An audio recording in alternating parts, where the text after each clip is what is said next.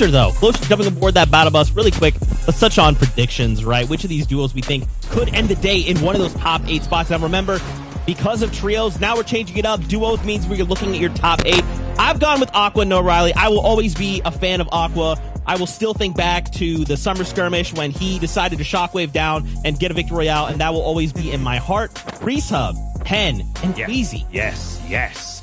Great team. Fantastic team. And you know what's even better is that they are on a tear this week. They won the Cash Cup. They came second on NA East. Haha, look at that, Regis. You better. They've been playing so good so far this week in particular, and obviously throughout the whole season. Third-party tournaments, Cash Cups, whatever it is, they're doing well. They have a great drop spot on the north side of Sleepy Sound. They seem to have it on complete lockdown. We'll see if that's actually true today or not. But generally, like, these guys are such a good pick to win.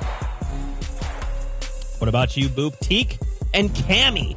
Yeah, I mean, I love my Polish boys. I mean, Cammy, Seti, Teak, they were one of my favorite trios. And now extending that on into duos, Cammy and Teak, they are just so ridiculously consistent. There's nothing more to say about that. If you take a look at the match history sometimes, you would not see any placement below top 10. And that's just the name of their playstyle. They're there in late game, mid-ground, fragging out. I love them. 100%. And also, look, let's be real. Shio and Levin, they're going Tayson, Thomas, HD. We've already talked about why they're so good. Would it be an FNCS broadcast without Levin hyping up Tayson? Like, I don't think so. I'm sure we'll hear plenty of it throughout the next 6 games as well, though. It always happens, right? It's always like he jumps on the train, then he's like, you know what? No, Tayson's not doing well. Then it's literally the next game where Levin decides to say, look, Tayson, I don't think you're doing well, man. And then bam, Tayson's like, okay, Levin, my bad. I've been playing around the whole time. Let me go ahead and get a victory out. And then that's it. Levin's come full circle. He's like, yeah. I never left. I always believed in Tayson. I get it. It happens. But you know what? It's about that time. So guess what? We're going to introduce you to our casters. You saw their names. It's Shy Wager. It's Levin 2K. They'll be with us for these 6 games. So friends, let's kick it over to you. Say hello. Thank you so much, Zeke, Reese, and Boop. A fresh new desk for a brand new chapter of the FNCS. And with that being said, welcome to Duos. My name is Shy Wager, joined by the legend Levin 2K. And Levin, the atmosphere, the pressure for these players around this first qualifier is at an all-time high. Yeah, it's high indeed, but you know what they say, pressure makes diamonds or it bursts pipes, and we'll see what these players are today. Look, I'm excited. I can't believe, though, Boop thinks he's the most handsome person on the broadcast. I don't know where that's come from, mate. You gotta relax. Nevertheless, though, right, we got a huge day. Big games, right? The players have already been playing today. You know, there's already a sort of level of expectation of what these guys can come out and do. And it's about replicating that, right? Sure, you were great. You made top 50 in the last round. Can you come out and get top 8 in this one?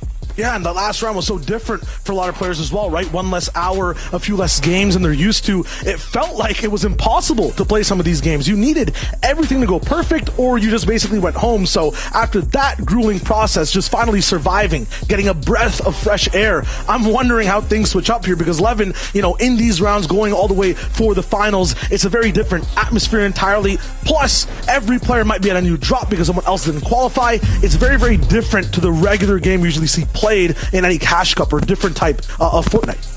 Yeah, the ability to adapt is key. And like you mentioned, there are players who will be switching up drop spots from what they're accustomed to. But nevertheless, if you're making that decision, you have to be confident in your ability to execute that well. You know, a lot of these players have similar ideas and ideologies on how to play the game. It's about the execution, right? Who's actually going to go out and do it in these high pressure moments? And as we saw in the last round, it isn't easy whatsoever when you have all these players really at their best looking to compete for the same goal.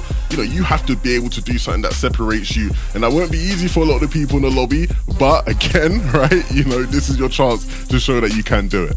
No, absolutely. Like, one big thing too in terms of expectations, predictions for both of us. I mean, I think we can count it down from 3, 2, 1 and, you know, do it together. 1, 2, 3, boom. You know what I'm saying? All right, you went the wrong way. It's all good. We fused together to go for Thomas and Tayson.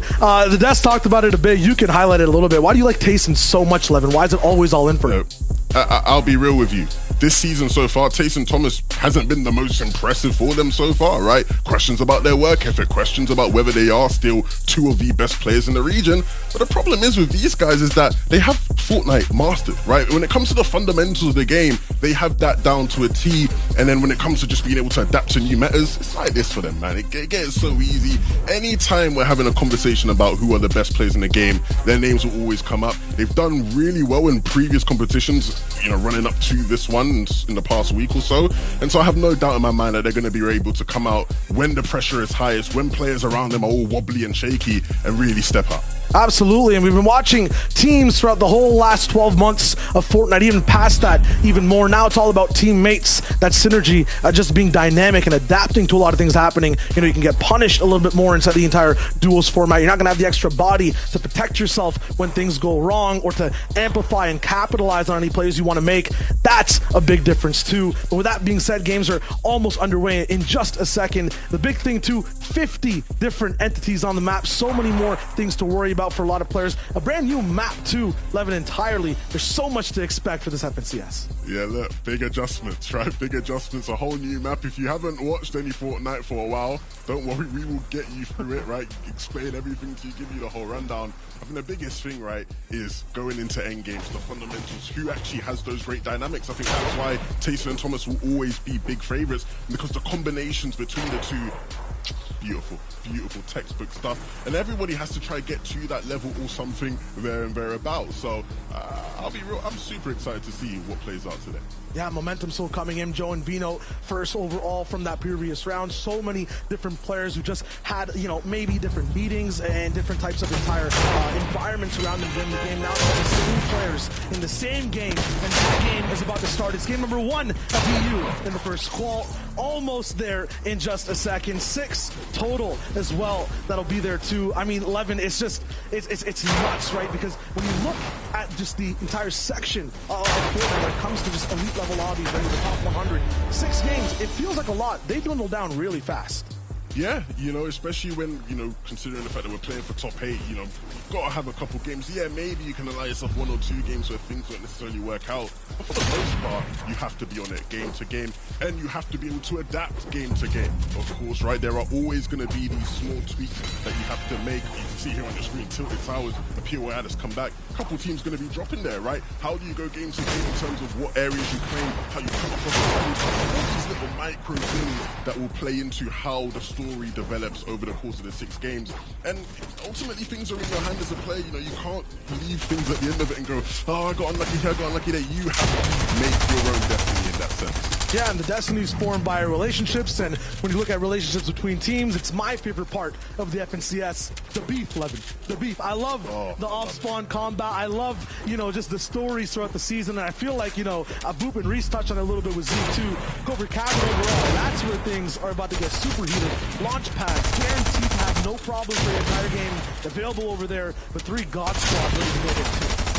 Yeah, and I think the dynamics between the way those fights play out will just be so mesmerizing all day long. Because, like you said, sometimes you get teams contesting at these big spots, but oftentimes you get a clear and obvious sort of distinction between the teams. One team there, tier 2 team, a team that's sort of in the middle between them. All the teams that are landing Covert today are teams who you could see winning the whole thing today if things were to go well. Absolutely, and there's different tiers before what happens between, you know, a desk towards the game starting. Right now, we'll throw it back to the desk. I got a little bit more to talk about before we get into that first game. Appreciate you, Shy Wager, and of course, Levin2K. We're about to jump into game 1. Apparently, people weren't ready. They didn't catch the battle bus. Things happen. It's okay. We're going to run this back. We're going to make sure everyone's accounted for on that battle bus. Start off the competition. Great stuff, though. And I do like that these guys are kind of talking about the duos, the strategies, to kind of prepare. So, like, let's kind of talk about the new mechanics here.